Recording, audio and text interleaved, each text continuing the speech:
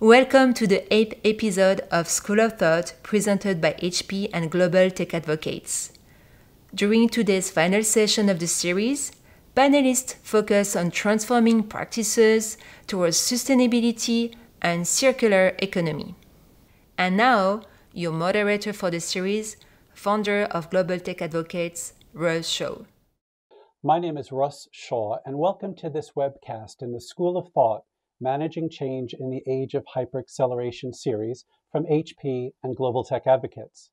I'm the founder of Global Tech Advocates, an international grassroots tech community representing networks of entrepreneurs, investors, experts, and tech leaders in more than 20 tech hubs and regions around the world.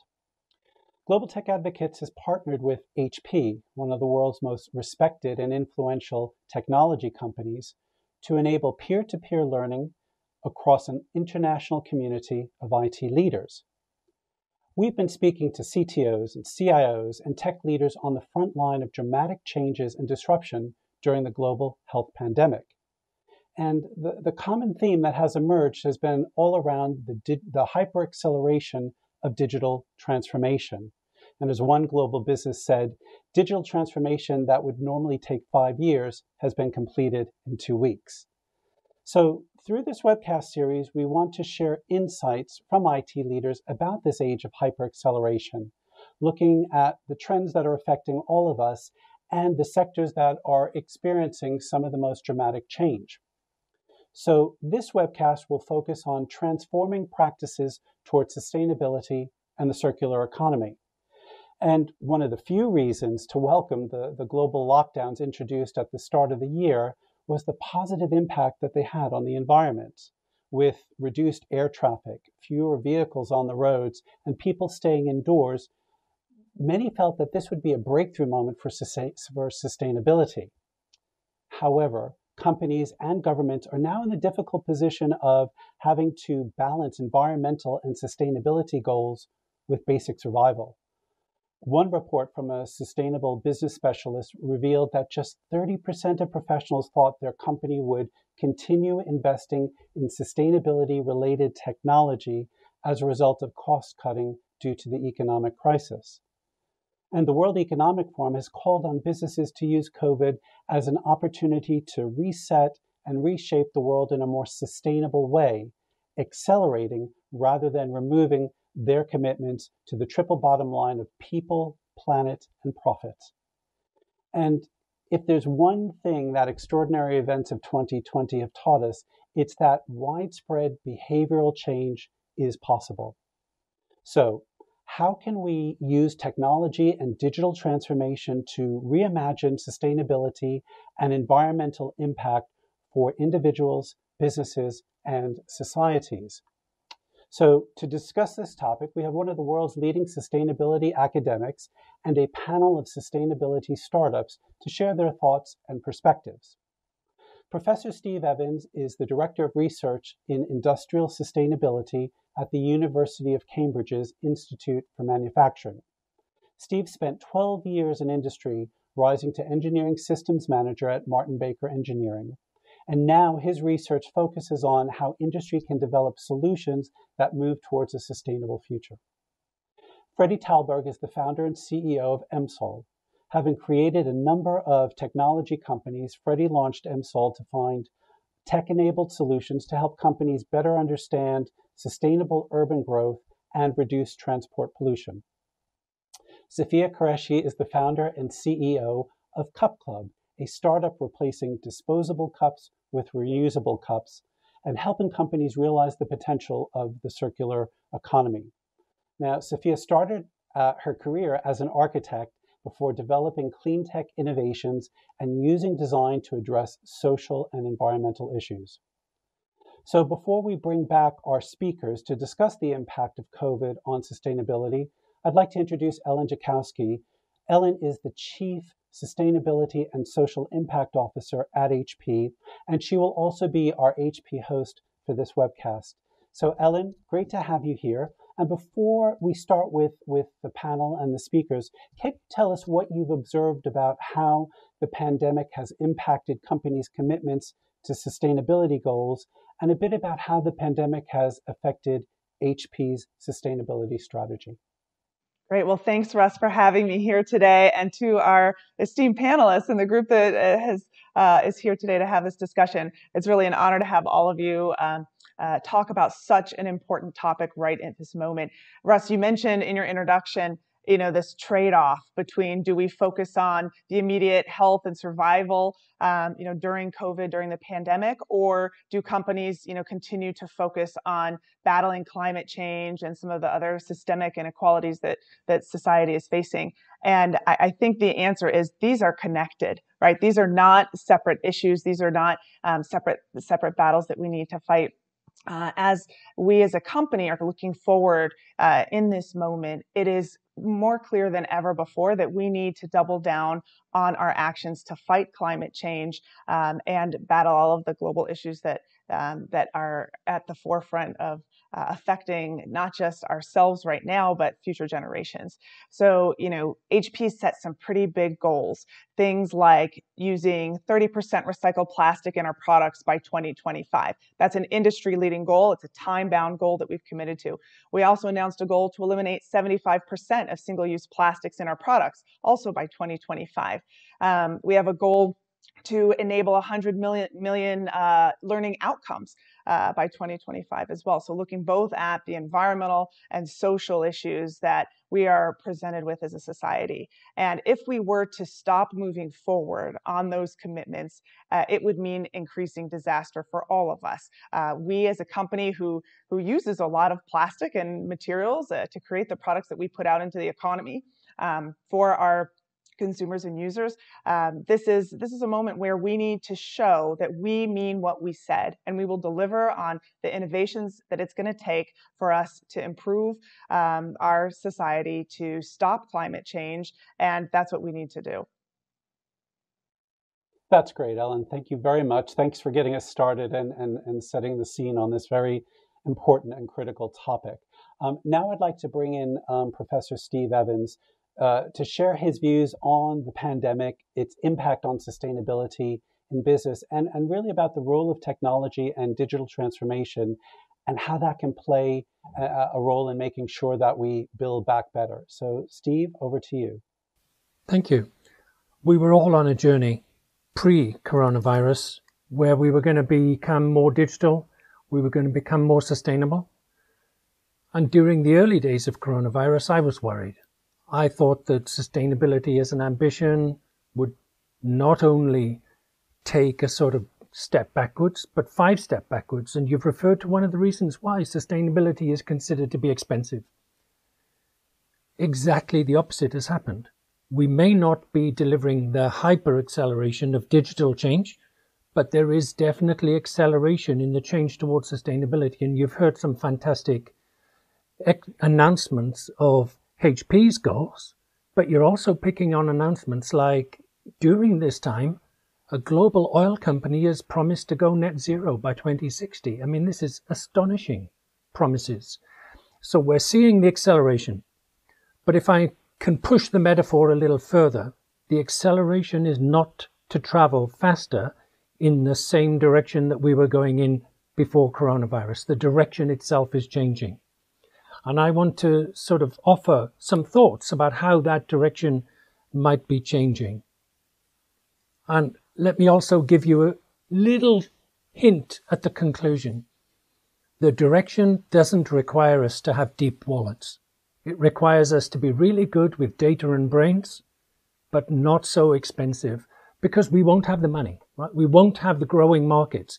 We can't spend our way out of this problem. Now, what data do I have that gives me a clue that that direction is possible? And I'm just going to go back in history, offer a few items of data, and then talk about what that might mean for the next steps and the way forward. So energy cost is internal to most companies. CO2, climate change, is external. So very often politicians think that making an external cost internal is sufficient of a political action. But those of us who work in business know that efficiency doesn't come without some significant focus of attention and hard work. So when we say to people, are we as energy efficient as we could possibly be? I'm going to suggest, generally in business, we're not. And if we can learn to be as energy efficient as it is possible to be, that would put money in our pockets. It would mean that new power stations don't need to get built, that new wind power can go to service homes rather than businesses. So how far can we go? I'd like to pick out one example. It happens to be a factory, and it happens to be about 2 hours from where I work here in Cambridge. So the Toyota factory in Derby in the UK started a journey of energy efficiency. 14 years later, it has achieved 8% energy reduction every year. That's a 77% reduction. It can now make 4 cars for the energy that it used to take to make 1 car. That's a competitive advantage, but it also takes the load off the world. Now, 14 years ago, Toyota were the world's most admired manufacturing company. So if the world's best company can get 300% better, I'll let you finish the question, right? How much better can you get? And so we did that. We tried to answer that question just for UK companies. We looked at cars, we looked at bread, we looked at furniture, we looked at some food. And we said, if your company could become as good as the best that already exists, then what would that do for your numbers? And it would increase your profit by 24%. 24% increase in profit, anybody? Does anybody want to vote for that one? At the same time, it would increase the number of jobs employed. Why? Because if you want to become circular, if you want to become material efficient, today, that is not a very automated industry. So there tends to be more jobs in material efficiency. Instead of spending money to buy materials, you spend money to buy jobs that create new materials from old materials. That's why the profit goes up, but the jobs go up. At the same time, you can reduce greenhouse gas inputs by about 9%. And that's just the average in every sector moving to the best in each sector. So I think that there's something really important, a really important part to play here of data and data sharing. If I asked everyone who's listening, do you know who the most water efficient, most energy efficient, most material efficient competitor is? And what are their numbers? Go and find that out, because that must be your minimum target. So we started working with a factory in Vietnam that makes jeans, denim. And it takes about 800 litres of water to make 1 pair of jeans. And you make thousands of pairs of jeans a day. So effectively, that's a river of input of water. How far can you go? When we started, Levi's were the world leaders in water, in denim production. And they were achieving 435 litres. So what should the company target have been? Should it have been, let's get from 800 to 600? Hey, that's halfway to the best. Should we do 435 and stop? Should we do 434? Then we're the best. We've got it down to 1 litre of water. Think about that. That now means you can take a denim factory and you don't have to place it next to a river. So that's the freedom for denim manufacture. They can go anywhere. But also think about what it means for you setting your targets. What is it that is potentially achievable? We are nowhere near our thermodynamic limits. And if we want to be successful, not only should we try and get on this journey of 8% reduction per annum, which I believe is feasible for almost anyone in almost any sector for energy, we should be trying to keep going continuously for year on year on year on year. And if we deliver 8% per annum, that is our contribution to the world being a livable place for our grandchildren, right?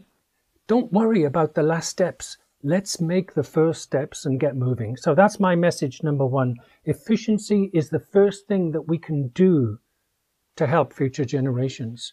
And can you imagine in 20 years' time talking to your grandchildren saying, well, we weren't as efficient as we could be? I mean, it's actually unforgivable, right? We pride ourselves on being efficient. Why are we not as efficient as we could be? Largely, that is because we actually don't know what efficient is. How many people do know what the most water efficient competitor is? How are they doing?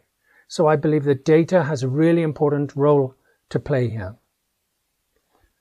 The second thing that's going to change is that the focus of our attention is going to move off. Once we become efficiency, it's going to move off efficiency onto disruption. We actually made this prediction in a report that we wrote in 2013. And it's really interesting to sit here in 2020 in the middle of coronavirus, looking at what we've been writing for the last 6 years about the period of disruption that is predictably ahead of us, and that we have to turn our management attention to dealing with crises. And strangely enough, we have to wait for a crisis to come along. Okay, guys, I mean, this is what happens. We wait for a crisis to come along, and now we all understand systemically this isn't the only crisis of the next 30 years. And you can list them. We're going to have cyber war at some point. We're going to have trade wars. We're going to have droughts and floods. I don't want to be too negative, but these very big disruptions are going to come along more regularly and at greater scale, and that's completely predictable.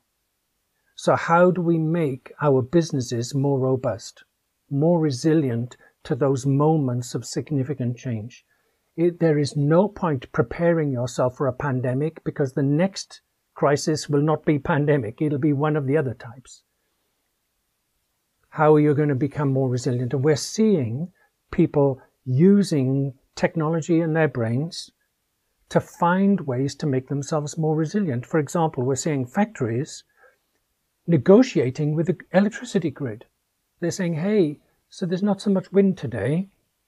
We'll increase our production at 7 o'clock this evening because we believe there'll be more wind at that point in time. This is about sharing information across systems rather than keeping the industrial system separate to the energy system. So you can see ways in which technology can help us improve our resilience to disruptions. And the final big change is going to be about systems change. And I want to give some examples. I want to talk about a particular experiment that was being prepared for the island of Mallorca, which is in the Mediterranean. Ecover are a company that make cleaning products. So they clean your toilet and they sell you shampoo and soap and similar products. And their USP is that their ingredients are plant-based.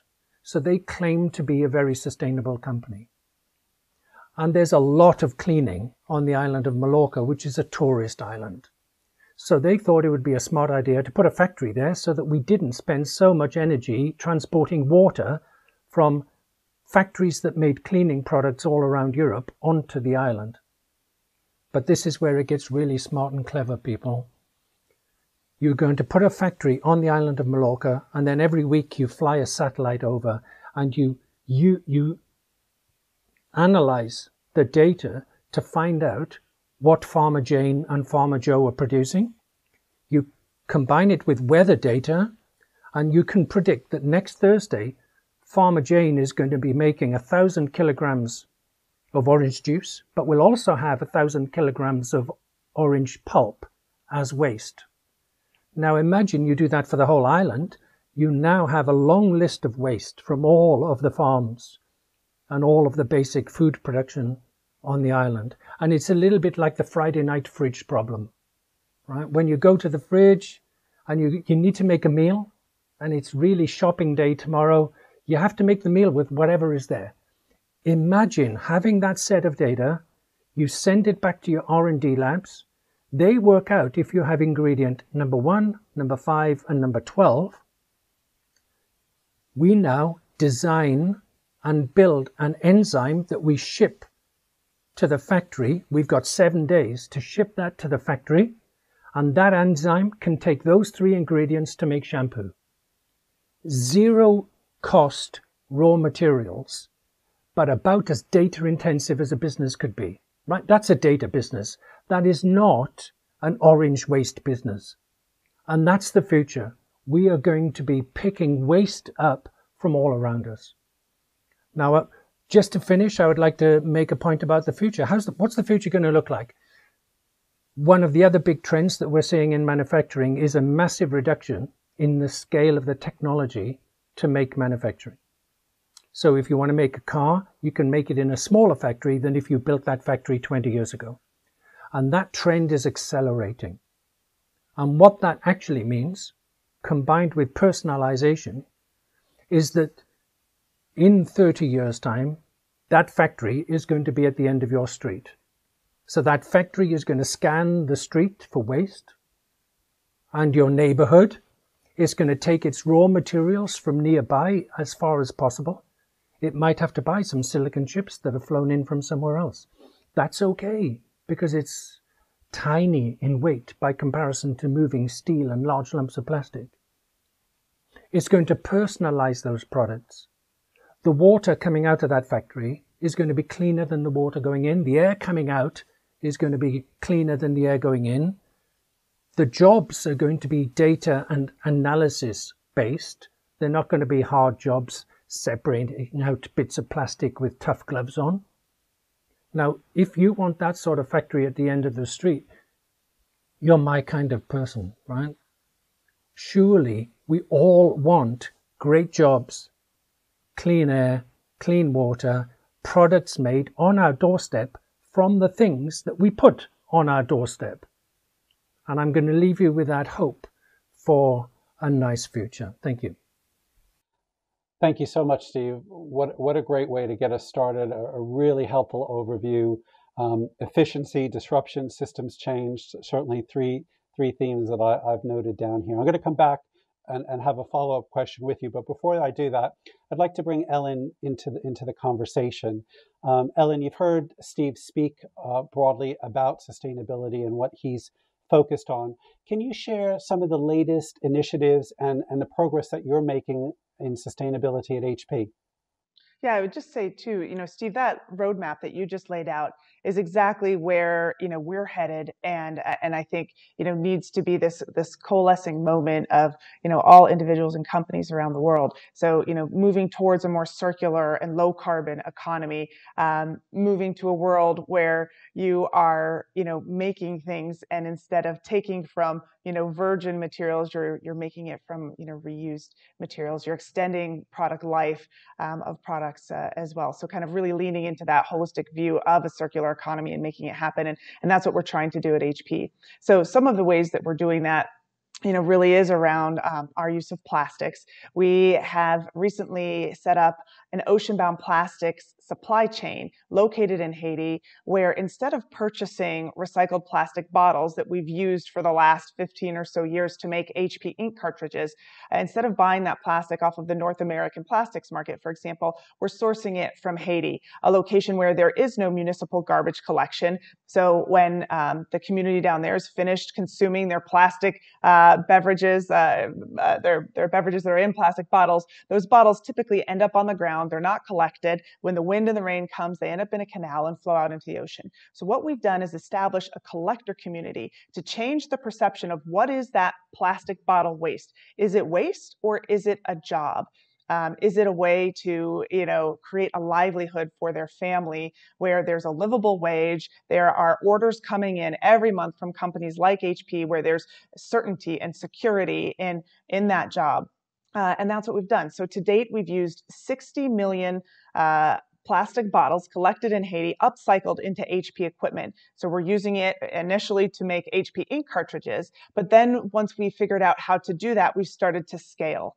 So, all of these ideas are great, but you really need to lock into the ones that can scale and become more of a global solution. So started with the ink cartridges. We've also now put that same plastic resin into our HP desktops. In fact, I'm using the HP Dragonfly notebook today to communicate with all of you, and that includes the ocean-bound plastic in its speakers. We've used it in our mobile workstations, in our Chromebooks, across our entire personal systems portfolio of products to be able to start, continuing to scale the use of that supply chain. And, we have this vision to create the world's most sustainable portfolio of products, and that includes our PCs. And today, I'm proud to say that we've been able to do it. In fact, HP does deliver the world's most sustainable PC portfolio. And it's due in part to the grit and the persistence of finding solutions and scaling them just like we've done in Haiti with ocean-bound plastic. Ellen, that's great. Some really good examples, some really good solutions about how you and your colleagues at HP are really focused on sustainability and all that you do. That's fantastic. Steve, let me come back to you. Our listeners are IT leaders from around the world, and at the moment, they're really battling budget restrictions and strategies that minimize business disruptions amidst a lot of uncertainty that's going on out there. So, what practical advice would you give to IT leaders about how they can put sustainability at the heart of their digital strategies in the coming months while we're in this really strange period of uncertainty? So energy is probably not part of their budget, but it is something that they strongly influence. So obviously, set yourself a goal of reducing energy cost and share it. Give half of it back to the company, keep half because you're going to need it. At some point, you're going to need to start spending money on technology, and you can bank that by making energy savings a focus. And it seems that it's very difficult until you start the journey. And we've already heard examples of people going on treasure hunts. I think that's what I call it, Ellen. When you go and look for something and then all of a sudden you see value where previously you just saw a problem or you didn't see anything. We take school children into factories and into businesses to identify energy savings. And their fresh eye can sometimes see things that people who've been working there for 20 years can't see. So it's not just about professional, it's professionals also need that fresh eye to see treasure where it exists. So go looking for treasure. The second, clearly, is that there's a massive data problem here. We don't know what the art of possible is. We don't know how good we could be. So if there is somebody who's good at analyzing data, it should be IT. We can really aid the whole company in better understanding what is possible. That's great, Steve. Thank you for that. And I like the concept of looking for treasure. So I made a note of that as you were speaking. Right. Now, I'd like to turn to our two startup founders and start to get this sense of how the pandemic has changed everyday life in your companies. So Freddie, let me bring you in first, and then I'm going to follow up with Sophia. How has the pandemic impacted your company from a financial perspective and in terms of staff and in terms of the products and technologies that you're developing? Yes. Hi. In terms of us as a startup business, the financially has been difficult because everything we had committed or worked to in the beginning of March has been delayed. And so we've had to sort of be incredibly careful. We had some funding, so we had a reasonable balance sheet going into the pandemic. We did cut that back a bit, but we did keep going. And we did sort of retain as many of the staff as we possibly could, but we did stop all the recruitment, and the guys we had on offer, we had to terminate those particular offers because we were a little bit unsure about what's going to happen. In terms of the products, we sell sort of environmental sustainability type solutions, and what we noticed was the environmental sustainability side just stopped. And loads of companies, the environmental sustainability people were all sort of put on furlough. And so pretty much all of our product engagement sort of stopped. Saying that though, the pipeline was really positive. The product pipeline was still very strong, but the commitment and the engagement to do any business has just been shifted. And we were quite fortunate with it, certainly in the UK. We do quite a bit with Innovate UK. And we did enter some competitions to raise some money around the innovation around COVID. And so we were one of the successful companies that did raise some innovation funding to tweak what we currently do to provide a COVID spin on sort of what we do in terms of our technology. And that's gone fairly well. So we've innovated our way through and just kept everything juggling. It's been a really, really hard graft. That's great. Thanks for that, Freddie. Sophia, have you had to pivot your strategy to adopt to what's going on in the pandemic? And where do you see future growth coming from in, say, the next 12 months or so? It's a really good question. And the answer is Absolutely, 100% had to readdress. And I guess 2 weeks into it, when everybody was trying to, when I say everyone, every founder and startup CEO is thinking, okay, well, I need to plan. What do I base my plans on if there is so much ambiguity happening? And what we did immediately 2 weeks into it was we did a how might we workshop, which is how might we address the new needs of our customers. And it's sometimes easier to just put an open question and frame it and bring the right people into a workshop and then ask everybody what their thoughts are, including brands that we work with, including our investors, including our team, just so that we could get a wholesome view on where everybody's thinking was. So, we looked at the immense amount of digital transformation that's happening and is still, going on. I mean, I think one of the key excitement, you could say, or virtues of COVID is that everybody has either come online to sell their products faster, or if they weren't there already, they've actually done it now within 6 months. And so it's fantastic to see that pace of digital transformation for businesses that we never thought would actually even pick up their suitcase and luggage and move, but they have. And that's helped us in some of the conversations that we've had in terms of what we call optionality. So for a few viewers who maybe don't know what Cup Club does, but we provide a returnable packaging system. We work with brands and retailers to identify supply chains, which is in the single-use packaging space, and transform it into reusable. And we've really focused our energies up to COVID in the to-go drinks space. As you quite rightly put, Cup Club really is a product name around the to-go beverage containers that we've developed up. So COVID really pushed us and accelerated our plans in terms of thinking about the new product categories that we always envisaged were going to launch in 2021. But we brought that actually sooner than later, because what we noticed as a major digital trend was food deliveries, people eating from home, people being in a sort of a state of arrested development, as we all are globally, sitting around wondering, how are we going to move past this? And during that, we realized that the amount of plastics that was actually ending up in consumer waste, so this is household waste, was mounting up, as people were clearly not leaving their homes. And so Box Club was a product that we had always mapped out as something that we would launch, and food was, the 50% of food and beverage, which we always knew we would finally bring ourselves towards. And having created and developed up a system and methodology for takeaway drinks, we were really, I guess, fortunate enough to bring the team together and think about how do we adapt. How do we move that into new learnings around takeaway food? Everything has a silver lining. I sometimes like to, focus as much as possible, but quite rightly, as Freddie said, the lockdown affected team structures, team hiring. It froze certain plans. But we are seeing an emergence now of things picking back up, and it's really exciting. And I guess it gives us a new brief.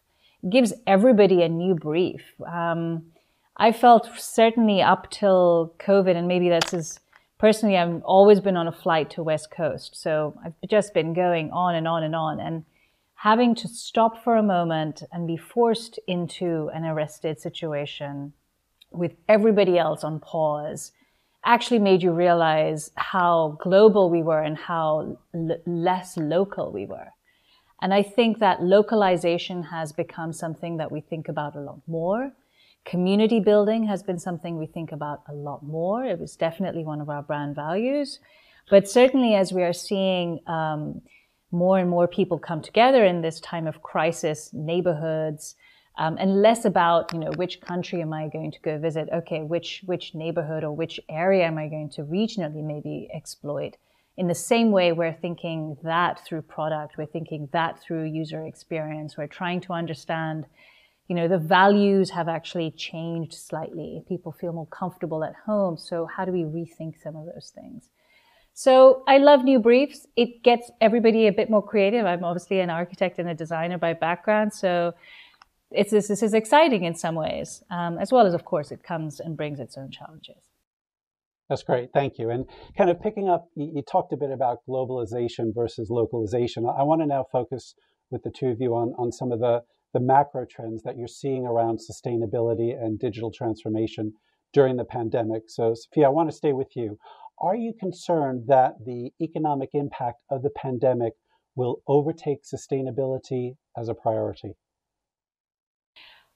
So I think it depends who you're talking to. So with certain businesses, and I'm just going to give you the feedback from conversations that we've had with certain customers, there is a risk appetite which is never always the same amongst all your customers. Some customers' risk appetite is a lot higher. Their ambitions and goals are not deterred by immediate market trends, but they are long-term visionaries, and their plan might be into 2030, 2035. So a pandemic currently, or in its current crisis, is irrelevant to that kind of customer profile. So those conversations don't change. It's more a case of, okay, we can have a solution that's required for us in the next 6 months, but we still have our plans for the next, our goals have not changed over the next 10 years. And so that horizon plan is still very much firmly in place. For some other customers, their views are not as long-term. Their goal setting, their strategic company goals are not necessarily as long-term, or they haven't yet established them. And so their reactions to budgets, to how they are thinking about the next 6 months and onwards is very different. So there isn't a cookie cutter that I can see. I can see different personas of different customers emerging. And obviously then the relationship also has to do with which part of the team are you actually liaising with when the customer company structure. Is it the marketing team? Is it the CSR team? Is it the operations team? Because everybody has a slightly different view. Obviously, operations is more in the moment. How do we cut our operating costs? Whereas other team structures are a little bit more long-term and strategic thinking. So it depends where your budget is with which team, and who specifically out of those typical personas you're having a conversation with. Okay, great. Thanks for that. Freddie, how can technology and digital transformation accelerate the ability of companies to meet their sustainability goals? I think it's interesting you say that, because we're talking to a huge brand earlier who really want to drive sustainability goals because they're struggling to recruit talent who want to come and work for these big brands. And so they want to have evidence to show they're actually doing something about it. And so I think, for entrepreneurs is a gold mine for us. You've got big corporates with lots of money wanting to find solutions. And so for us, we have to innovate our way out of it and really give them something tangible. And I think what I've noticed more and more, and particularly we are a very data-led business. We deploy a lot of IoT technology. We consume tons of data. We're deploying a lot of edge computing. We're integrating cloud computing. Actually, distributing and sharing data is a really big part of it. And people want to have a bit more control of it. And so part of the solutions we're evolving is how can you get everyone in the supply chain to share some of the common data that is all around us and get them to buy into it. And also what big corporates want to do, they want to evidence to their employees that they are actually really having real evidential impact on stuff, day-to-day stuff, as opposed to, big numbers that they don't really fully believe. And so I think for us, we are a data-led entity, but I think we've got to be more than the dashboard. We've got to consume that data and consume it day to day. So for me is every journey, every vehicle, every object, everything is measurable and definable. So individuals who can drive behavioral change can do it on the day. So to me, the air quality agenda is what we're really focusing on, is a big disruptor, and we're leveraging the air quality agenda and driving technology. And our job as innovators is to make it beautifully easy for people to consume this stuff and to make that change without them realizing, because they know it's the right thing to do. That's great. Thanks for that, Freddie. Right, let me bring us into the last theme that I'd like to touch on, which is around how you've managed employee well-being during the pandemic and how the last several months have impacted your thoughts around diversity and inclusion. So Freddie, let me come back to you. Have you seen increased pressure on your team during the pandemic, thinking about things like remote working? And what have you introduced to help manage employee well-being? Yeah, it's a real challenge, and I think it's a challenge for loads of companies to really worry about it. And now we're getting into a longer period; it's actually harder. We talk every single day, so we have the whole team talking, and we sort of make sure everyone's on that call. We've also have a Friday afternoon session where we sort of have a drink, and individuals organise an event or a game or some sort of activity. So we've done an event once where it's a treasure hunt. So they've got 1 minute to go and find an object in the house to come and show to everyone, whether it's something that's yellow or red or whatever sort of weird thing. So we do quite a lot of engagement. We do send a lot of things to people at home. So we do send coffees and we send gifts, and so people have got the opportunity to have deliveries at home. And so key for us is making sure we speak to everyone every day and continuously, and just use the digital data. We have Slack, we have our Zooms, we have continuous sort of conversations with everyone, and make sure no one's left behind and no one's isolated from that. We do have opportunities to go out and deploy stuff, but one thing that we did do that worked quite well is we actually rented a new office. We rented an office near some of the guys where they work, and so they don't have the long commute. So we have quite a lot of hardware because we deploy a lot of air quality monitoring on site and IoT sensors. So we actually set up a lab in Battersea in London. We're really close to one of the guys, so he can take his dog there and actually have some time outside of his house into a new space. And so that's worked quite well. So we're mostly popping up new labs all over London to support people to get out and about without the long transport journeys. That's great. And I love the concept of going on a treasure hunt. And that's a nice segue back into what Steve was talking about earlier about looking for treasure. So this theme of looking for treasure is certainly popping up in this topic on sustainability. Sophia, let me come to you. I'd like to ask you about diversity and inclusion and just get a sense of what are you focused on? How do you create a diverse workforce at Cup Club? Yeah. So we see diversity and inclusion as both internal and external.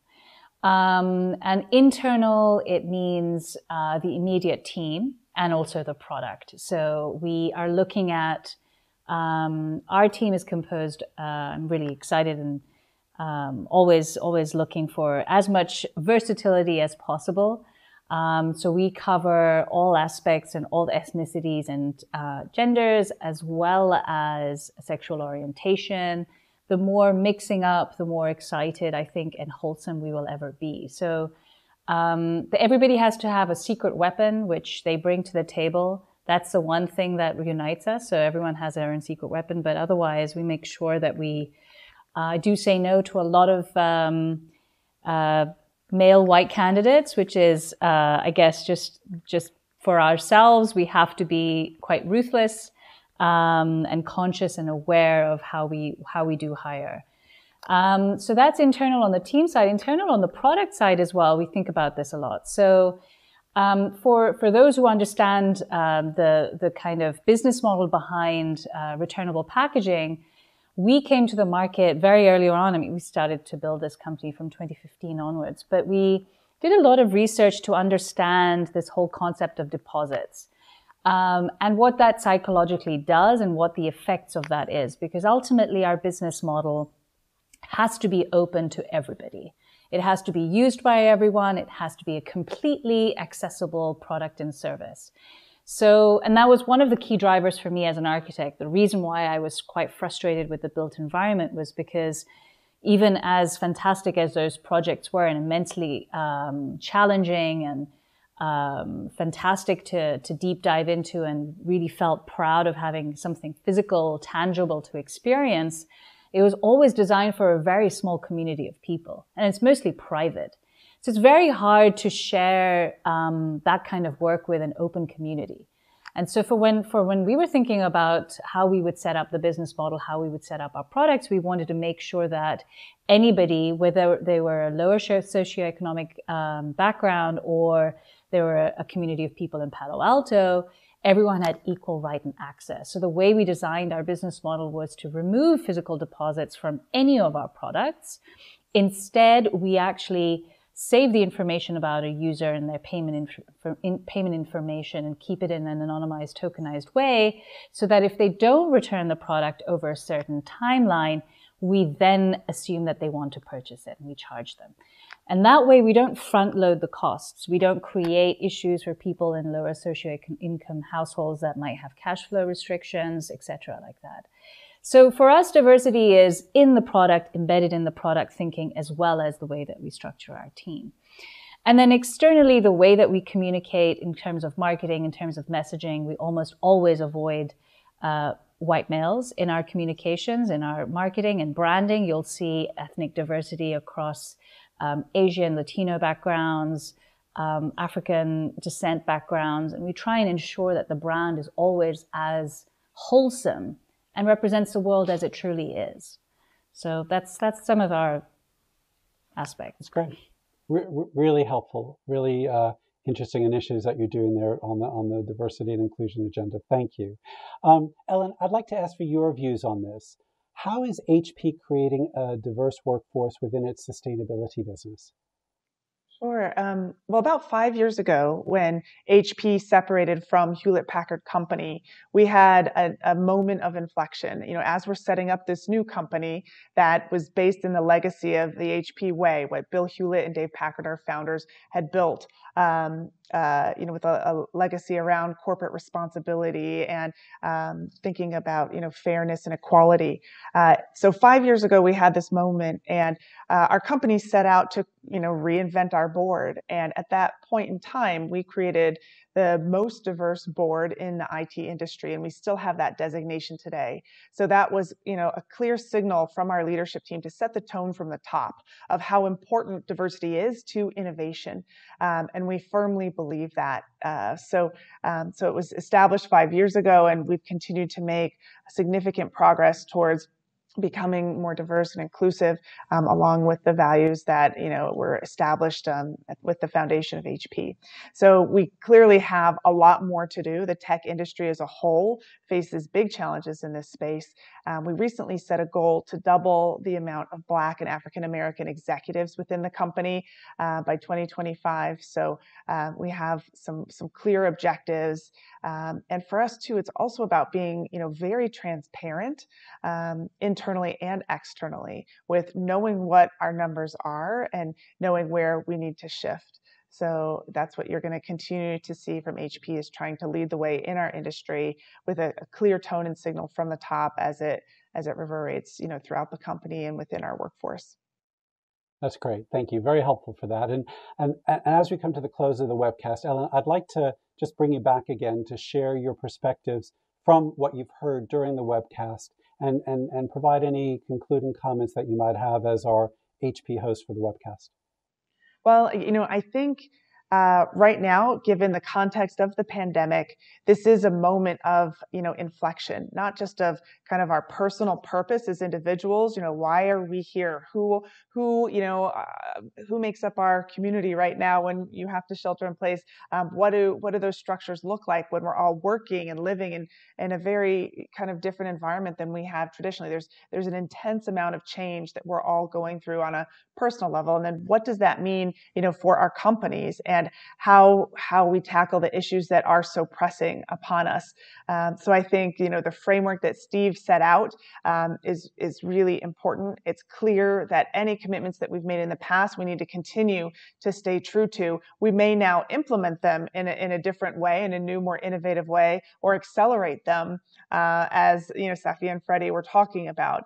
But I think it's clear that while we're kind of reinventing what work looks like in the context of this pandemic, and what that means probably for many more months going forward, and the change that it's going to create in our own behaviors, and what that means, I think we just need to keep our eyes on the solutions and how we can continue to accelerate towards what we know we all need to do.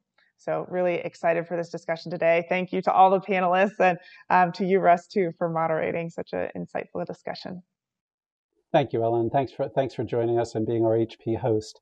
And on behalf of HP and Global Tech Advocates, my thanks to all of our speakers and to thank all of you who've joined us to watch this webcast as part of the School of Thought, Managing Change in the Age of Hyperacceleration series from HP and Global Tech Advocates.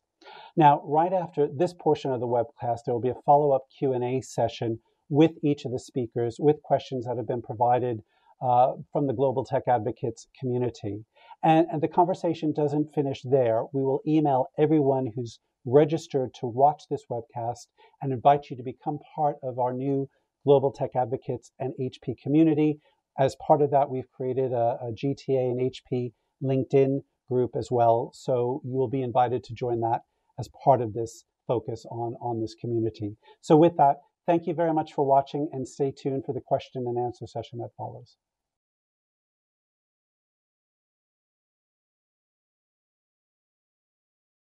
Welcome back to the School of Thought, Managing Change in the Age of Hyperacceleration series from HP and Global Tech Advocates, with the focus on this webcast being on sustainability and the circular economy. And I've got a set of questions for each of our speakers, so we're going to jump right in. Steve, let me start with you. What advice would you give to IT leaders trying to secure a additional budget for sustainability projects? I think I've already hinted at this. Buy one, get one free. You know, if you give me $1, I'll find a way of adding $1 to that budget. And I think that shows that you're putting skin in the game, and you've got to find that in various ways through material efficiency, through energy efficiency being the typical one. But we've also got to consider that we're delivering functionality across the whole of the business that we serve. As IT professionals, can we deliver that without swapping out, without moving so much material so quickly, and pocket some of that saving and double it up? Then you've got the investment you need to go forward. Great, thank you. Sophia, I'm going to come to you next.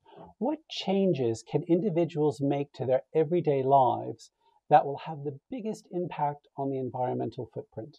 So, Russ, I would say looking into the opportunity of reuse and look at that across different types of sectors. So we have fantastic platforms and startups that are doing exactly this across the garment industry or textile industry, such as Rent the Runway or Green Chic or a number of others where you can purchase designer clothing or vintage clothing and give it a second, third, or fourth life. And then similarly across other types of, whether it's transport, so thinking into sharing economy versus purchasing and buying your own things, thinking through different forms of rental. I know there's children's toy companies which will rent you toys for a duration of a month or 2 months, which is brilliant because most children actually will phase out their attention span on a specific toy. So that concept of I don't have to go and purchase a brand new toy. I can actually, point my direction towards services that will rent me these products. And so really it's the servitization aspect as opposed to buying things. That's great. Thanks for that, Sophia. Freddie, what is the best way for companies to reduce their transport pollution? I think you mentioned it earlier, Sophia, and it's mentioned earlier by Steve as well. It's all about the purchaser. You know, we who buy goods and services have phenomenal power, which we don't really use enough. And so that means when I buy stuff to arrive at my house or to arrive at my office, we as procurers should be driving new standards of how we expect the pollution impact of those delivery activities. And that's really what we're trying to do. We're trying to say, can we promote the good guys who really do driver training, have an upgraded fleet? How do we make sure they win contracts to make sure that they are evidencing their pollution impact? And so for me, companies can really drive a radical and rapid change by saying to their procurement that I'm not going to accept deliveries if you're going to deliver with a polluting vehicle. And that all feeds into a whole range of different, what does a polluting vehicle mean and how do you measure that and time of day and that type of aspect. So I think, companies have got a great opportunity to solve that, but we as innovators need to give them the technology, the in-between that does all of those things to make it really simple. And that's really our job to try and solve that. Okay, super. Thanks, Freddie. And Ellen, my last question is for you. How do you make a global business start to make a difference in terms of introducing effective sustainability policies? Well, the policy aspect increasingly is so important. We're seeing that now with all of the COVID spending, and how do we ensure that we're advocating for any sort of recovery spending to be tied to more sustainable outcomes, and ensuring that that's baked into the policy thinking. And that's something that we have, as a company, have advocated for quite some time. We fully supported the Paris Agreement, and from a public policy point of view, have kind of a strong opinion on some of these topics. But internally, for our own policies, to ensure that our employees are activating on kind of rethinking from an innovation perspective everything that we're doing, and we're embedding it in. We have a goal to empower every single HP employee to contribute to our sustainable impact strategy. And so whatever job role they're in, that is part of how we want to be structuring their job and rewarding them for their performance, is ensuring that sustainability is baked into their decision making, whether you're in finance and making financial investment decisions and weighing perhaps which is a more sustainable financial investment, from a design point of view, rethinking how we design our products, what materials we make them from, which suppliers we partner with, and do they share our commitment to sustainability. So we're trying to think as holistically as possible, both externally and internally, in terms of how do we set up the right incentives for all of us together to change our behavior. That's great. Thank you for that, Ellen. And once again, thank you to all of the speakers for being part of this School of Thought, Managing Change in the Age of Hyperacceleration series from HP and Global Tech Advocates. And I hope to see you on a future webcast. Thanks for joining. Thank you for watching. If you wish to continue the conversation as a part of the HP and Global Tech Advocates LinkedIn community, visit hp.com/HP School of Thought, as seen on screen, and click Join Now.